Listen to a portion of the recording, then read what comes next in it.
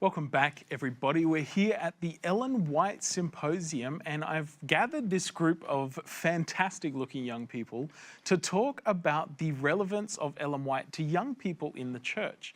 Now, many people growing up in the church have heard a lot about Ellen White, but not all of us are reading and engaging with her.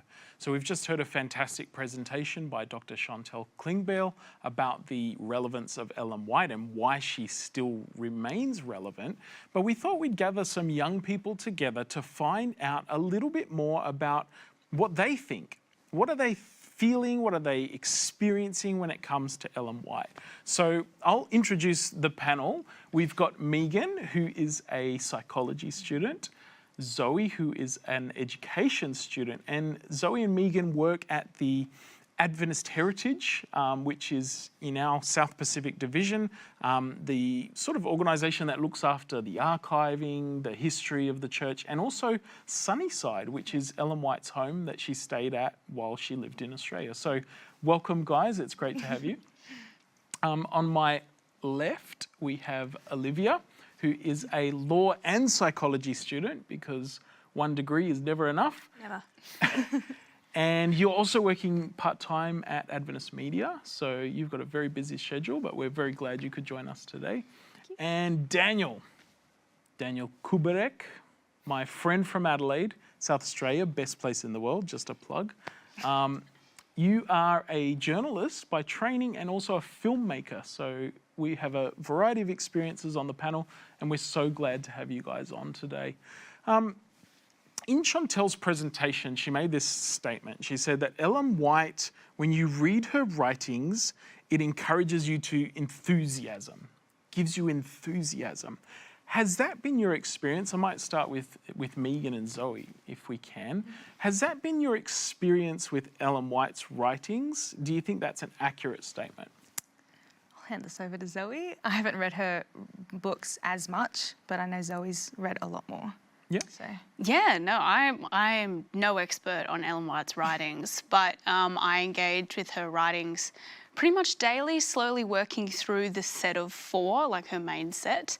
And at the moment, working through Patriarchs and Prophets, I find that it does give me enthusiasm because, you know, the world is so busy and your brain gets caught up in just the cares of life and university and everything. But this is a time where I'm forced to stop. And I'm forced to actually think about spiritual concepts and about the Bible and about just Adventist concepts in like itself. And I find that that forced reflection does give me that boost of enthusiasm because I'm, you know, it's actively on my mind. I'm thinking about, you know, things to look forward to, like our last presenter mentioned, you know, the amazing things ahead, like the second coming, etc. All things to get enthusiastic about. Can you tell me a little bit about how it inspires you? Like, does it inspire you to action? Is it just like she feels very energetic when she writes and so you take that energy on? Like, what's the process that enthusiasm is transferred? I think you do actually take on, you know, the enthusiasm of whoever's speaking and writing. It's infectious. And just the passion with which she talks about the Bible and the different people within it kind of does give you that, like, oh, you know, enthusiasm boost. But I think that it does galvanize you to action. First through reflection, she poses some very hard questions and makes you look at, you know, yourself and the way that you're going about things. Oftentimes, not perfectly. So looking through that for that reflection, and then through that, heading towards action with changing that or getting a new perspective on things.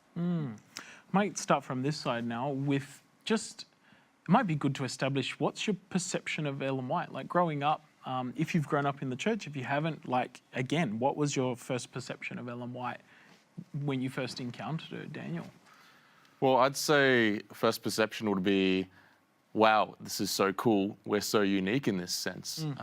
There's so many unique things about Ellen White. The fact that she was a female, the fact that she was receiving visions directly from God, the fact that a lot of her writings corroborated what's in the Bible, added to it in some cases, gave us further clarity. So in terms of perception, growing up, I never heard anything negative said about Ellen White. It was something that we were proud of. It's only that I encountered anything to the contrary later on.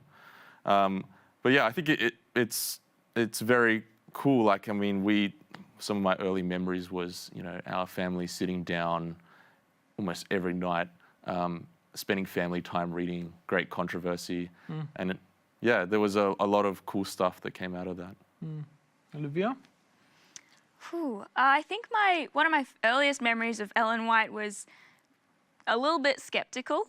I was, I think, probably 10 or 11 when I first learned that she was part of Adventism. And I found out that she'd been hit in the head, so I became very skeptical of like, oh, is she just like, having these visions, but they're just concussions and she can't actually, like she's not actually really there. But I listened to this pastor talking through it at our church, and he explained, according to the Bible, all of these principles of what a prophet is and how you can tell whether a prophet is real or not. And he then examined Ellen White's life and her writings, and how Ellen White herself would always say, go to the Bible first. I'm just giving these like ideas as like, an addition to the Bible, but always go to the Bible first. And so I then grew up with this idea of Ellen White being a very wise mentor in terms of scripture. Ladies? Well, I grew up not really liking Ellen, which is sometimes a very controversial statement to say. But I've been an Adventist my whole life. I've grown up Adventist. I'm like 3rd, 4th generation. And unfortunately, I just felt very disconnected from her. I didn't like her. I thought she was quite cold. And I heard a lot of pastors talking about her and using her words as a way to like deter behaviour. And it wasn't until I started working at Adventist Heritage that I learnt a lot more of her, like of her works, written and just helping the community, that I started to become more connected to her, and that she was a pretty cool lady. So, Yeah. Well, growing up in the same town, I had much the same experience, because if your pastor was saying it, mine was too.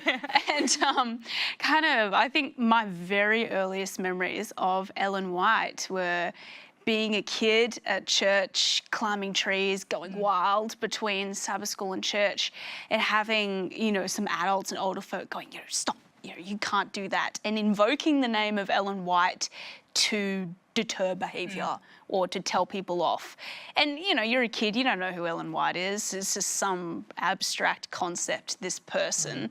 But then growing up, kind of hearing more about her in school and Pathfinders as you go through, she stopped being an abstract concept and started becoming like an actual human being. And I think that's when the experience changed for me as well. What's your experience, and anyone can answer this question, in terms of young people today? Do they care? Are they reading Ellen White? If they're not, why not? If they are, how do they use it? Because, similar to some of you guys have mentioned, in my upbringing, Ellen White was often quoted or referenced, but not really explained. There was a lot of people around who would try and use her to enforce, Ellen White said this, Ellen White said that, but not necessarily in a way that, I feel like maybe there was a generation that rejected the strictness of their parents, and perhaps we're the generation under that. Yeah. So our parents sort of went, oh, let's not go as crazy or as hard on Ellen White, and then we just didn't have it. There's almost a bit of more of an absence. I don't know if any of you resonate with that experience. But what then do you think young people in general are experiencing of Ellen White these days? Okay, so I've done a lot of reading and discussions with my friends about this topic to try and wrap my head around it. And what Dr. Chantal raises, like in the beginning of her presentation, is a great hypothesis, which is that young people don't see the relevancy in Ellen White anymore. But I do want to add to that. So there was a study like on this particular issue starting in 1980 commissioned by Andrews University, which asked who reads Ellen White, and they had thousands of people responding. And according to the survey, those who didn't read outranked those who did read 2 to 1. So that's a lot of people within the church who don't want to read, and that's in 1980, which is a time before the internet, before the mainstream internet. So you can imagine that those numbers have been compounded. And there's actually been a few studies done by Avondale University already still like 15 years ago, where you see that becoming worse. Now, the question of like relevancy is an interesting one, but I would also posit that young people in particular want to invest time into things that they know are meaningful and things that they know what they're getting themselves into. So screen time is a big problem with modern generations, right? So like going around to like all my friends trying to discover why they wouldn't read Ellen White or why they were skeptical about Ellen White, a lot of them would struggle to find time to even read the Bible. And this is regular church-going people. So like to have supplementary material to get around to that, it would require a very compelling, there needs to be a very compelling reason for that to happen. And then I think once you also layer into that a lack of understanding about how to read Ellen White, and you kind of, most people would just not bother going there. And I think it's not that young people disapprove of Ellen White and her writings, or that young people, I don't know, disagree with the stuff that she said, or believe in claims of plagiarism and some other stuff that she said. I think it's just that they don't know how to approach it. What's like the hermeneutic? How do you read Ellen White? What stuff was inspired? What stuff wasn't inspired? What stuff should we take literally? What stuff should we take as, I guess, good life advice? And when you don't have clear answers or a clear mindset to walk into that with, it can be very challenging. For me personally, I think what changed a lot of things was listening to lectures by Dr. John Skripacek, and where he talks about the spiritual journey. That is when I started to understand Ellen White, and it was different to the way that I'd thought about her previously. Does anyone else want to add to that? Well, I think a lot of the people who I've grown up with and gone to church with over the years, they have very mixed views towards Ellen White, mostly based on their their childhood experiences and how they grew up. And I've found a lot of the time that those who have had really positive experiences with Ellen White in their childhood, like, for example, you mentioned your family time. That was a really positive experience, talking about the Great Controversy. Like, those sorts of cherishing experiences have led a lot of my friends to actually, I guess, have more respect and interest in Ellen White, whereas people, other friends of mine who, you know, grew up with a more like, oh, Ellen White says we can't do this, can't swim on Sabbath, or, you know, all of these other rules. They're less inclined, and they're like, I don't have time for Ellen White. I'd rather, you know, read the Bible, or I'd rather get ahead on my studies, or whatever it is else in life, because Ellen White just doesn't seem to be that core component of how they live their lives. It just doesn't occur to them like, oh, some of the stuff that she says is relevant, because it's always been in a context where it's not relevant to how they live their lives. Talking about climbing trees or swimming, it's not relevant. So I just want to add to that as well. Like, when I've also been talking to my friends, I've talked to some friends who probably didn't grow up with Ellen White as much, but got into it later on. And I was like really interested to know what they thought. And their general consensus was like, we love what she writes. It's super practical. There's a lot of good stuff in there. So it's like, it makes you think, because that's not the perception that a lot of people would have heading into reading her writings. And I think that in itself needs to be analysed a little bit. In the presentation, there was Dr. Chantel went through, I guess, reasons why Ellen White is still relevant for today. So she mentioned a number of things. one of the early ones that she mentioned is this great controversy theme. It's a big contribution that Ellen White made, I guess, is this lens, this worldview that we as Adventists see the world through. What relevance, or not relevance, we've used that word too much. How do you relate to the great controversy theme in your life? Like, does it influence the way you see the world? There's a lot of conflict in the world at the moment. You know, we know there's a number of war zones that are expanding and blowing up. How does the great controversy theme influence the way you experience life? Is that one of the relevant contributions that Ellen White can continue to make to us as Adventists? I'll have a story kind of leans into that from me. My first ever day of teaching, I walked into a school. I didn't really know much about the school's religious background, but it definitely wasn't Adventist. And I watched their Bible class, and I noticed something very interesting about the Bible class. They were studying a story in which the devil plays a big part in the events, you know, manipulating things behind the scenes.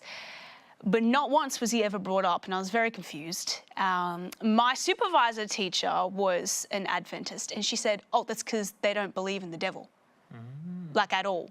Like the devil doesn't exist. And I was like, what? And it, like my whole worldview was like, what do you mean? Like, how can you not believe in the devil? And suddenly it made me realize this whole like devil, God, you know, great controversy, behind the scenes spiritual warfare, it's so ingrained in the Adventist, you know, way of life that we just don't question it. It just is. And so to hear that other people do is so shocking to me. It did not make sense. And I guess that's because from our perspective, that's how we make sense of the world, is seeing all these terrible events happening, but not, you know, reducing how terrible they are, but saying, well, you know, we know what's behind it. And it's sin, and it's the devil wanting misery to be part of our everyday experience. And I think for me, that just brings colour to everything going around us and relevance. Is it a positive thing or is it a problematic thing? Because a lot of people use this as it's a fearful thing. We hear about, you know, people having fear of the end times, giving them anxiety, or, you know, the struggle with the theme. So how does this theme, how can it impact us in a positive way as Adventists in the way we see the world? Because it has been misused, I should say. It's been twisted and corrupted in that sense. Do you have any ideas on how we could view, you know, or have you grappled with how is this a positive thing? Because I think you're right, it imbues our worldview. It's almost just running through our DNA are the letters GC, Great Controversy. It's in there. Whether we've read the Great Controversy or not, whether we're very cognizant of what's in the book or not, it's part of us. So how is it a positive thing? I think a way to view it in a very positive way is to, like you said, like look at how the devil and how God plays a part in events that happen in your life. And so if you're grappling with something, for example, the loss of a loved one or something that's really hard and it makes you want to go, why is this happening?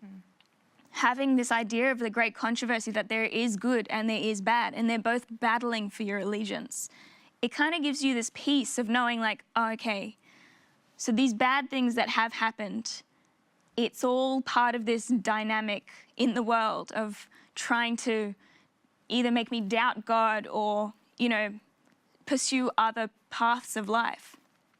And so I think having the great controversy can actually be a great assurance in times of trouble, whether you're, you know, in war like we're seeing at the moment.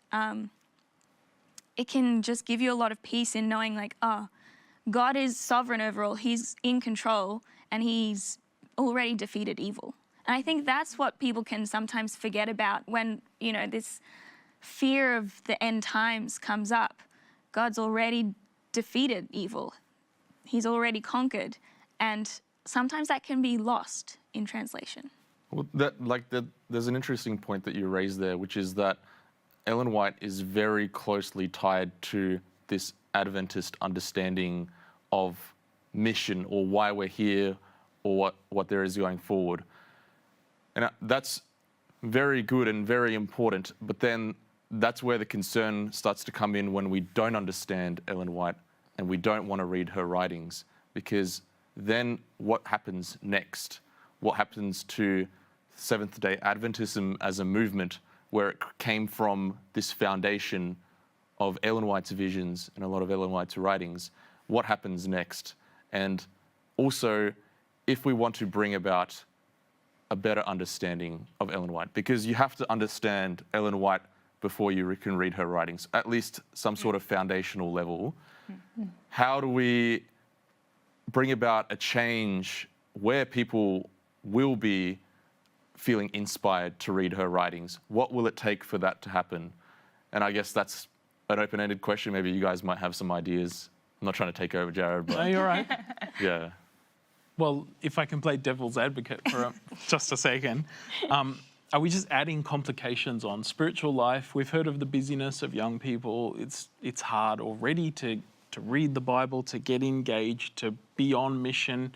Is Ellen White just extracurricular? Like we're burdening ourselves with heavy burdens? Do you think, what benefit does a young person these days have to read Ellen White? Megan, any thoughts? What benefits? I mean, a lot of her writings are really important, like The Great Controversy, The Desire of Ages. You know, you kind of start to learn a bit more of how the world works, a bit how the Bible is in Jesus and everything. And you learn a lot about health and education, which might not seem that important or interesting to some young people. But you can learn a lot about the morals from her writings. But as Daniel said, I want to make sure, as you said, of like how we can make like people more influenced to like read her writings. I think people need to stop this disconnect between her and actually start to value her and see her as a person. Because I feel like in Seventh-day Adventism, we've kind of put her onto this pedestal and made her like this mythological person. Whereas I feel like if we can kind of humanize her and make her seem just like this actual person who lived 100 years ago and see her in an everyday light, we might be more able to actually engage with her writings, I think. Yeah. One of the things that I found interesting in Chantel's presentation was the idea of autonomy, free will. That sort of runs through The Great Controversy in some ways, the character of God, but in the sense of Ellen White's advocacy. So she was the two mentioned that stood out to me, anti-slavery and anti-alcohol, but not for the reasons like that would be the common arguments trotted out against those things, but because of the inability for someone in slavery, for example, to truly choose to follow God. Mm-hmm. The influence of alcohol to corrupt the way that you're able to truly follow God. So I found that a really interesting concept. Should we be more advocates for some of these social things that are happening around us? If we're to take Ellen White seriously, she was already modeling that for us. So how should we relate to some of those topics? Sorry, can I jump in here again? So I guess one of those subtopics is like the health message. Health message is great because we had this for quite some time now, and everybody else, generally the world, is starting to catch up. Like things like a plant-based diet is all of a sudden now super popular, and kind of Ellen White advocated for that. All over Netflix, the new documentary. Yeah, that's right, the Blue Zone documentary. So like, yeah, like some of those things have been around for some time, and yet, like, how do we advertise those messages? You know, how do we draw people into that? Is, say, like a plant-based diet like a militant thing that you have to abide by, or is it portrayed as something that you know, is great for you? You're encouraged to take on this new practice. Like it's a little bit sad, but I went plant-based a few years ago, but it wasn't because of Ellen White. It was because I watched The Game Changers, right? And you and I were in Brisbane meeting up with a friend, and I shared this with them, and he found it hilarious that I became plant-based because of a Netflix doco and not Ellen White. Rather than what we've had all along. Yeah, exactly. we've had access to. Which, yeah, was a thought-provoking comment that has just stuck with me.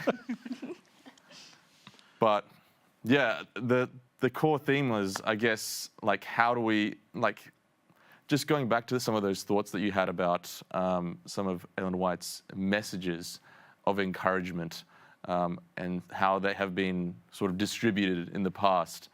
How do we do that? How do we take that forward, you know? How do we portray that to the next generation? I think another important part of how she, like, you know, portrayed her messages was she looked at the needs of the people around her. And that was very fundamental to her writings and her ministry. Like, when she came to Australia, she saw poor people everywhere and she just started helping, you know, got in the ground planting to help. And I think that's what the core of ministry is all about. And we can sometimes forget to look at the needs of people. And I think that's why Ellen White was such an important advocate for people's rights, you know, in terms of slavery and votes and, you know, all this sorts of stuff. That's what the gospel is about. It's about, you know, showing that God loves you through caring for other people. And we should be doing that too. And I think that's why she was such a good advocate, and we should, you know, follow along. She practiced what she preached. She didn't just write it, she did it. We heard the bicycle story, obviously. And it's trotted out all the time as an argument against Ellen White. Oh, well, she didn't like bicycles. And then pro-Ellen White people say, yeah, but it was a specific context. Like, and to learn more about that context is fascinating. You know, she actually wanted money to help people, and yet people were spending all their money on bicycles. Would she be anti-bicycles today? Well, bicycles are cheap today, and it's not an issue that we're all spending thousands of dollars, you know, weeks or months worth of wages on this sort of thing. So I think that's, again, it goes back to Daniel's point about reading Ellen White. If we understand how to read her, we're going to not fall into some of the traps of reading her inappropriately or taking what she's said out of context and actually using it as a hammer to smash people over the head with. So, like, another one of those kind of examples is, and like, this is personal because I'm a filmmaker, but was like the concept of cinema. Now, like, I guess a fairly literal reading of some stuff she said would suggest that we shouldn't be going to the cinema because of, I think she warned against theatre and stuff like that. But then, like, when you read into, like, what theatre was like in the time that she lived in, and it was highly immoral. So was it there was highly immoral plays being put on or whatever. So the question is, was she criticizing theatre or cinema, or was she criticizing an aspect of that, or like the thing that it stood for at the time? Because stories have been shared for millennia in different forms, whether that be books, whether that be motion picture, all those sorts of things. So, like, that's the difference that reading into it can make. But also, when you think about how many books she's written and then the amount of research you'd have to do into the context, and it can seem quite intimidating. I think there's also a feeling from people that, you know, like, I have to take every single thing she said literally. And I have to apply every little thing to me. Well, that's not the case, because yes, a lot of her advice does keep going and it is still relevant, but some things are just a product of her context. This is the 1800s and the early 1900s, you know, things were different.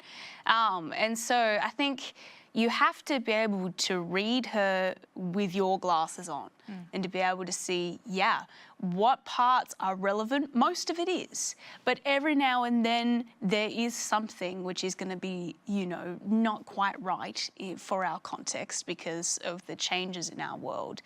And you have to be able to reconcile, I think, well, if this doesn't quite fit with what we do now, what elements of it still do, or how do you sit with that? You need that, I think, needs to be a personal thing that you go through and reconcile yourself. I guess, but that's where the challenge comes, because what you're both saying is coming through a lens of a certain way of interpreting Ellen White. and not everyone, we have to acknowledge, not everyone in our community interprets Ellen White in that way. They say, you know, the Bible said it, I believe it, let's do it. And they say that about Ellen White too, essentially. They bring that into Ellen White. So there's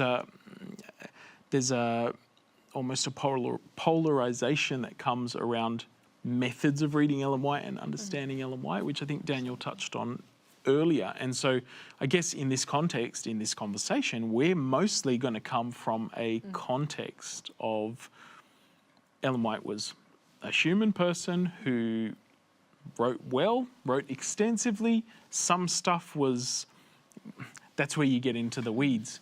Was some stuff more inspired than others? Was the stuff she saw in visions like legit, but the stuff she made as suggestions in letters and things not as serious? So I guess that's some of the difficulty that the church is wrestling with. And for us, we're not here to answer that question. The beautiful people that have gone before us in the symposium have tackled some of those ideas last year. If you want to go back and watch any of those sessions, some of these ideas were grappled with. And I'm thankful for the work of the Ellen White Estate and some of our scholars who wrestle with these ways of interpretation.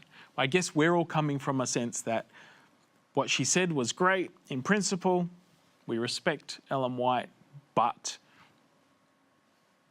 it's not necessarily to be held up against the Bible or to have the same authority in that sense. But it is very important. So I guess that's good to make clear. I guess make sure we're all on the same page. I know not everyone watching this might feel that same way, and it's up to all of us to wrestle with how some of this applies to our faith. My experience, similar to Daniel's, you know, I'm a writer for the church, an editor. A lot of my skill, my passion would come from potentially reading fiction and non-fiction, but I know she said things about fiction. My wife is not of the same ethnicity as me, something else she wrote about. So I've had to wrestle, I've had to read what she said, try and understand it, see, is it a principle thing or is it a statement that can't be changed, you know? How does this relate to my life? And so we have to acknowledge that it's not always easy. There's some issues, some grey areas that we have to work through. Looking at some of the challenges then with Ellen White. Some of you have had changed perceptions of Ellen White, I'll say. Can you share some of those experiences? What has changed your mind on Ellen White, or what has helped you perhaps engage with her differently or see her differently? Can you see any common themes in some of our experiences in wrestling with Ellen White? Well, I read a really good book about Ellen White. It was called Stories of Sunnyside. And it was more a bit of like an autobiography kind of thing about Ellen White in Australia. And I learned more about what she did, you know, how she was, how she just helped everyone and just constantly gave everything. You know, she really just showed these Christ-like values.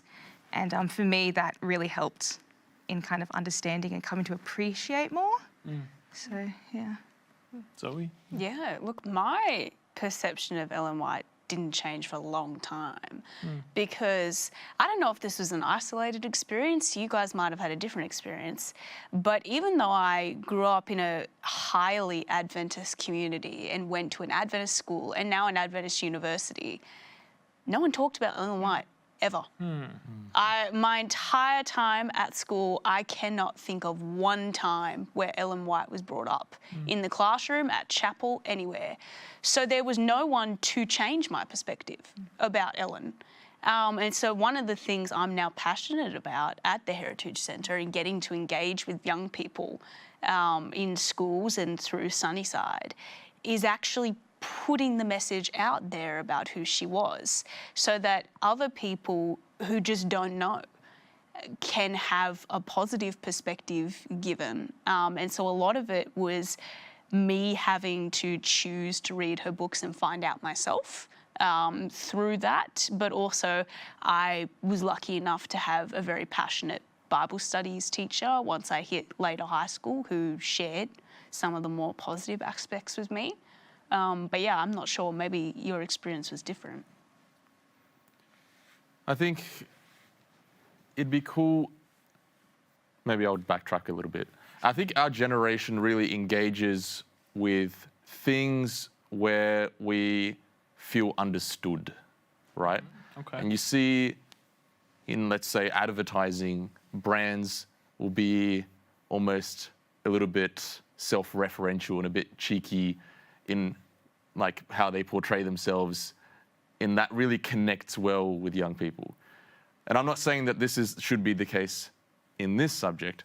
However, I think when it comes to the issues that we've kind of talked about why young people would struggle to engage with Ellen White, I think maybe that needs to be acknowledged as a lead-in to those core things that we know need to happen. Like how do we read Ellen White? Why should we read Ellen White? So acknowledging the problem first before creating a pathway into the next steps, encouraging people to read Ellen White. Now, you look at what do young people engage with, and what's an easy form of content for them to engage with. And there's multiple platforms out there. You know, video mediums are, the ones to go to, TikTok and stuff.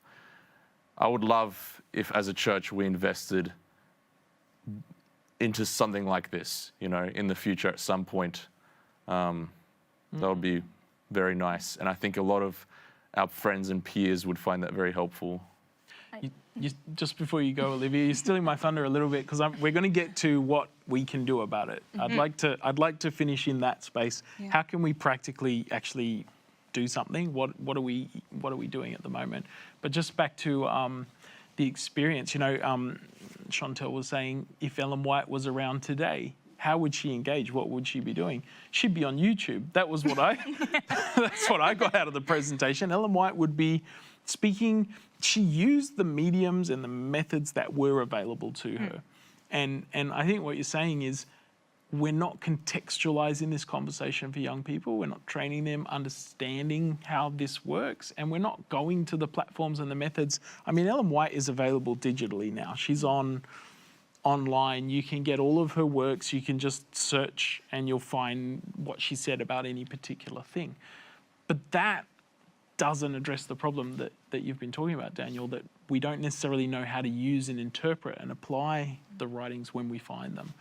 Olivia, just back to did your perception change of Ellen White at all, and how did that happen? It was definitely enhanced quite a lot.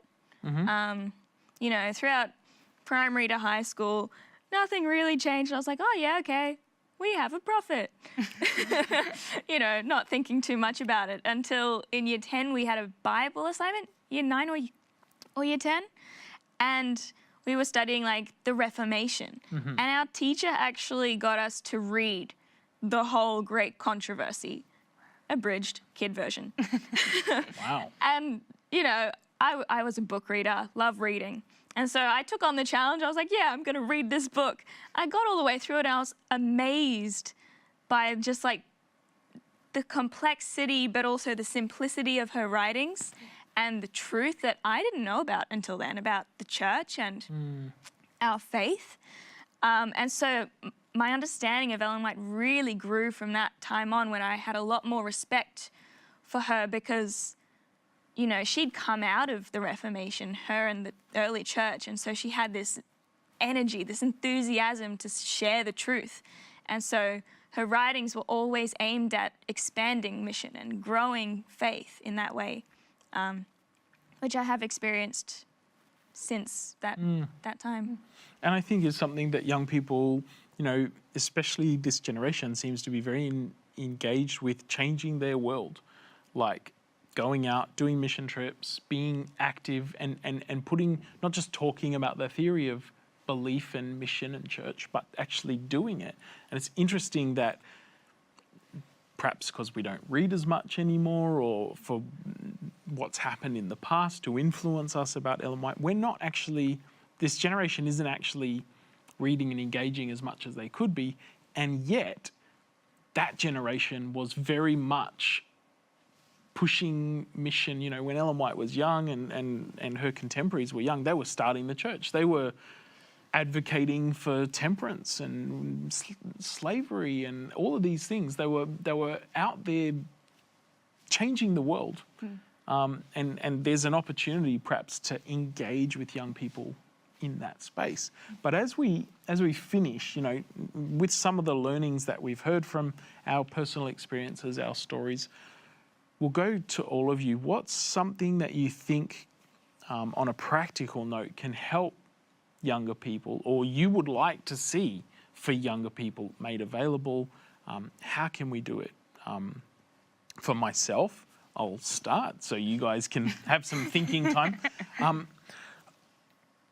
I don't know if I can classify myself as a young person, but I'm a fairly young parent. I've got very young kids.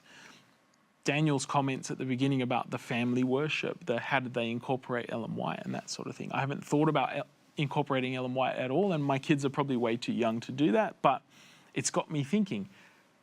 My relationship with Ellen White is going to be somewhat my kids' relationship with Ellen White.